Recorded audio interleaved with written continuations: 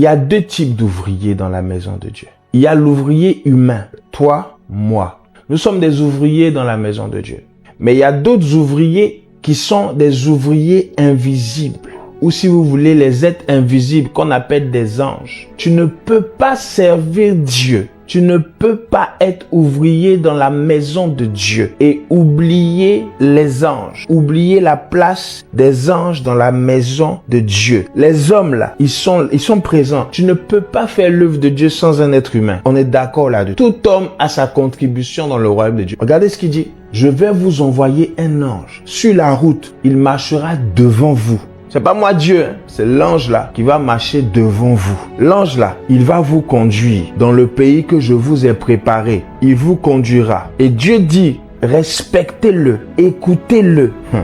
My God. Ne lui résistez pas, il ne le supportera pas. C'est comme si Dieu est en train de dire, l'ange que je vous envoie là, il a des caprices. Mais écoutez-le, ne résistez pas à ce qu'il vous dit, il ne le supportera pas.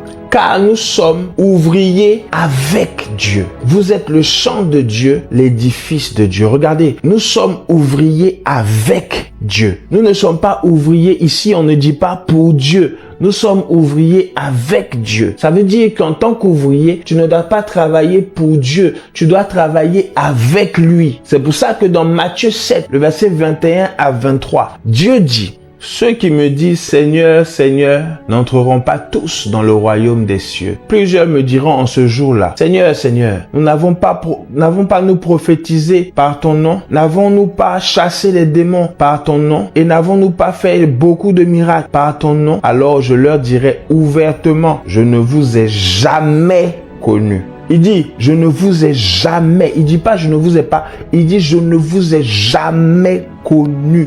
Tu as fait tout ça, et puis au dernier jour, Dieu te dit, je ne t'ai jamais connu. Ça veut dire qu'il n'a jamais entendu parler de toi. Pourquoi? Parce que tu ne travailles pas avec lui. Le problème, c'est que ce genre de personnes-là ne travaillaient pas avec Dieu. Ils travaillaient pour Dieu.